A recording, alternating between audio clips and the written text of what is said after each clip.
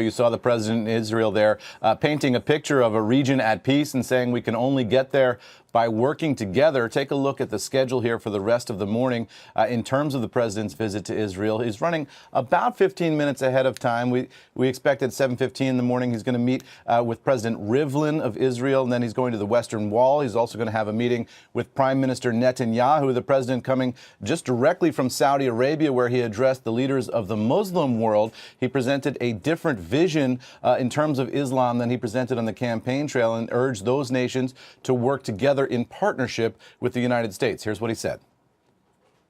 America is prepared to stand with you in pursuit of shared interests and common security. But the nations of the Middle East cannot wait for American power to crush this enemy for them. The nations of the Middle East will have to decide what kind of future they want for themselves, for their country, and frankly, for their families and for their children. The president, though, still dogged by some of the scandals back here at home.